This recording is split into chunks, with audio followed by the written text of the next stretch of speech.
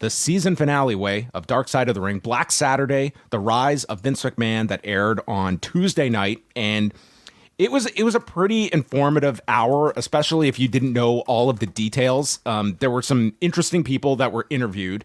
The key ones being Jim Cornette as the resident historian. And then specific to this story, they had your favorite Tommy Rich, who, I mean, a staple of Georgia Championship Wrestling. Can't say he added a whole lot to this episode. Bob Roop, who looked shockingly like Ole Anderson near the end before Ole died. Like, it was uncanny how similar they look. Jerry Briscoe, who was one of the key shareholders that sold to Vince McMahon. Nick Patrick was interviewed for this. And then they tracked down two former Georgia Championship Wrestling employees in Bobby Simmons and Luis Cochran, as well as Ole's son, Bryant Rogowski, who was very good. And I mean, you did not even need to caption this guy. You could tell he was the son of Ole Anderson. He was very well spoken, and I thought he was a great stand-in because, I mean, Ole only died in February, but he was in no shape or condition to do any kind of sit-down interview by those latter stages of his life. Yeah, I believe it was mentioned by his son that, like, at the time of filming, Ole was alive, but in no condition due to MS. And Dave Meltzer was also interviewed for the piece, and they kind of just explained, like, there was a lot that they had to convey, especially for a wrestling audience that maybe did not know the exact setup of the Georgia wrestling territory and getting onto the Superstation, and therefore why it was such a powerful station to be on in the U.S. and kind of Vince McMahon's rise to power, buying the company from his father in 1982. And I would say the main character of this, like aside from Vince McMahon, is Jim Barnett. And unfortunately, Jim Barnett, he died 20 years ago. Just would have been such a great figure if he had ever done a book or some extended interviews. I mean, he's just someone that comes up that you would think we've only scratched the surface of really understanding just the influence that he had. And he was pretty much like the mechanic here that was putting together a lot of these deals behind the scenes. And he's involved with Georgia Championship Wrestling, and he's kind of ousted when Ole kind of looks at the books, and this guy is skimming all of this money to keep up his appearance and this lifestyle and taking it out of the company. So Ole pretty much just throws him out of the company, and he's not willing to keep him on and even give him a title. And so Barnett is like, okay, cool. And he called up Vince McMahon. And I mean, this is a very dangerous guy to be sending to the competition when this guy knows how your business is run, probably is aware of a lot of contracts and deals that he negotiated. So, I mean, it was almost like you were, like this guy was like the poison pill of this wrestling war. And he is able to a lethal dose of poison. That was it. Maybe it was Vince McMahon living out his Jim Barnett relationship when he brought the NWO back. And yeah, so Barnett orchestrates a meeting with the Briscoes, who they're getting frustrated because as shareholders, they think they should be making more. They think they should be expanding more. And Ole is trying to explain to them that like he's paying out what he can. And Ole kind of gets, the Briscoes tell him that they feel that they want to get Ole out of this position, and they end up coming to an agreement and take a blood oath together, never to screw each other. Which way you and I have never taken a blood oath.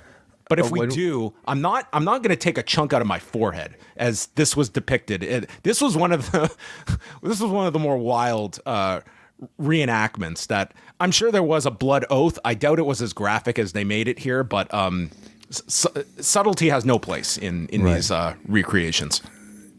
I think blood oaths make for a great story. Unfortunately, I don't know if they're very enforceable in court. You don't know until you try, but I would argue that. And the fact that Ole did not prevail in court probably proves your point. But in 83, your shareholders were Ole Anderson, the Briscoes, Fred Ward, Ralph Freed, Jerry Oates, and Paul Jones. And it looks like from this reenactment photo, Jimmy Corderas. Jimmy Corderas, he quietly had the key percentage of shareholder votes that was really gonna screw Ole.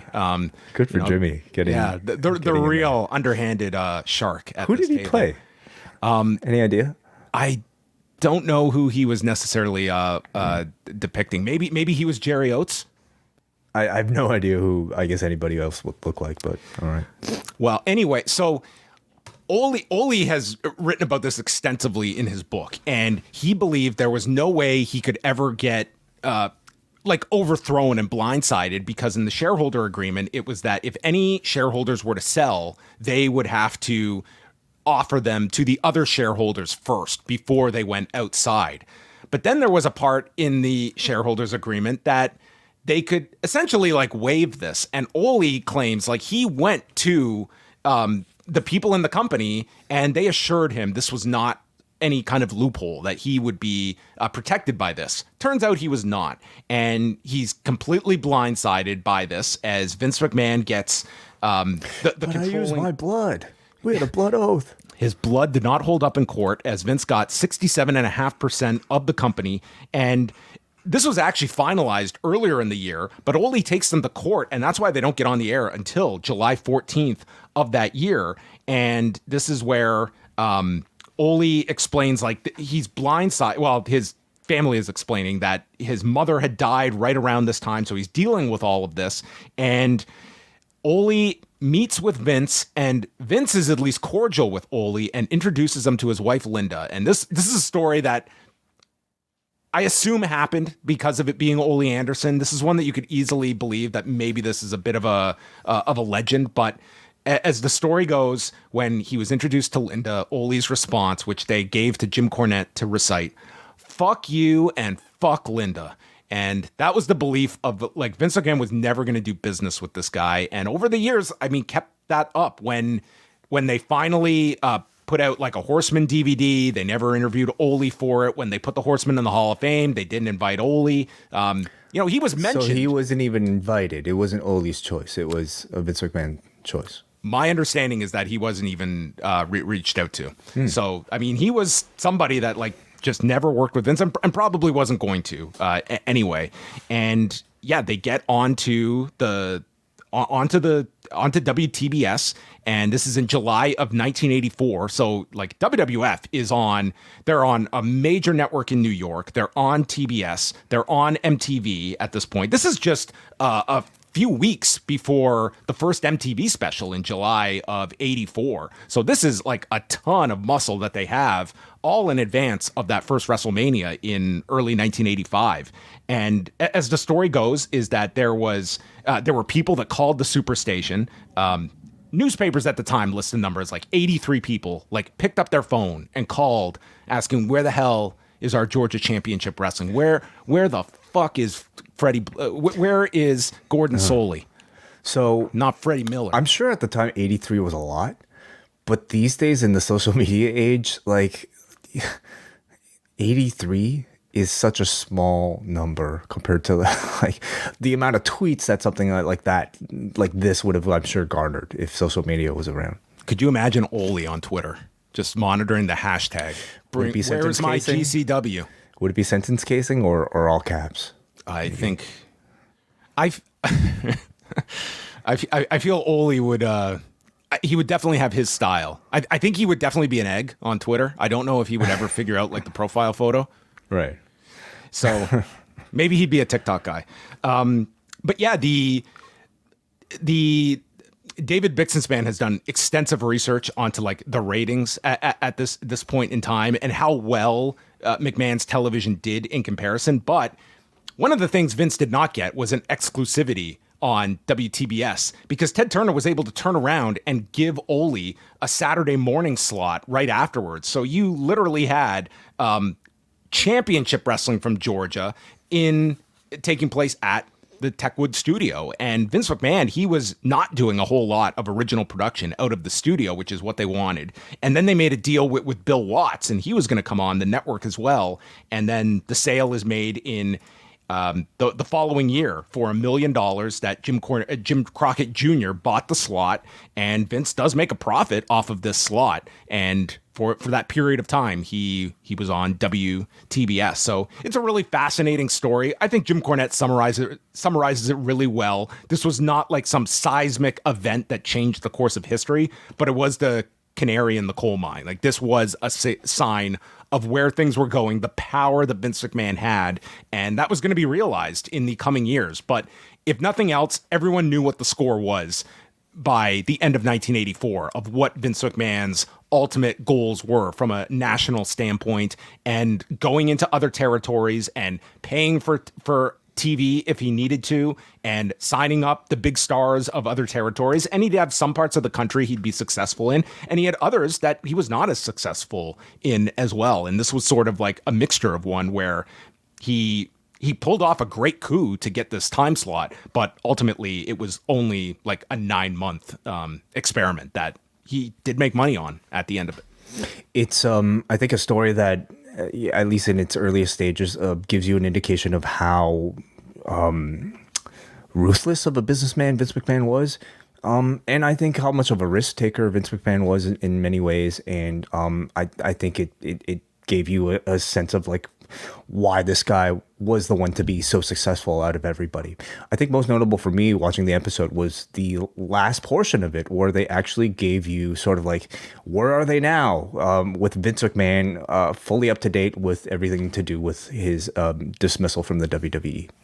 It was jarring. If you were somebody, I imagine the percentage of people watching this that are not wrestling fans, that are casually know Vince McMahon. I mean, this wouldn't be earth shattering, this news, but yeah, they just kind of update on everything involving the Janelle Grant lawsuit, how he had to resign from the WWE, the update on Ole Anderson passing away in February. And yeah, kind of just like, here was this guy who was like the most powerful figure in pro wrestling, and he's resigned in disgrace. And that's sort of where he is at this time. And pending how this lawsuit turns out for him, I mean, this is a guy that has like this remarkable legacy, but one that is so stained from the personal indiscretions. Mm-hmm. When you're talking about Dark Side of the Ring, I mean, Vince is sort of like, I don't want to trivialize it, but like he kind of is like this, like the Thanos of like the entire series. Like he comes up so often as like the culprit for so many of these terrible things that have happened within the industry. So it's for this season finale to kind of end with that scene of like, this is like sort of like what's being presented as a final chapter of Vince McMahon's career. I felt kind of significant. Yeah, I thought this was a really good season of Dark Side of the Ring. I thought they had some really strong episodes, in particular the last half of Chris Adams, Chris Colt. Even the Sandman one was pretty interesting as well. And Black Saturday was the most interesting one. I can't say like it was a lot of interesting people to hear from. I wouldn't say there were like enormous facts that were uncovered that you didn't already know, but to actually honestly, my biggest takeaway is just how much more I would love to see like a real big look at Jim Barnett. I think that he's just such an interesting behind the scenes power player that, unfortunately there was, he was attending several of those Apocalypse wrestling shows at Cactus Pete's of all places. And I remember going to an indie show there, and I watched the show, and the next day I'm online, and they had like this newsletter for the Apocalypse Wrestling Federation. And yes, I subscribed to it.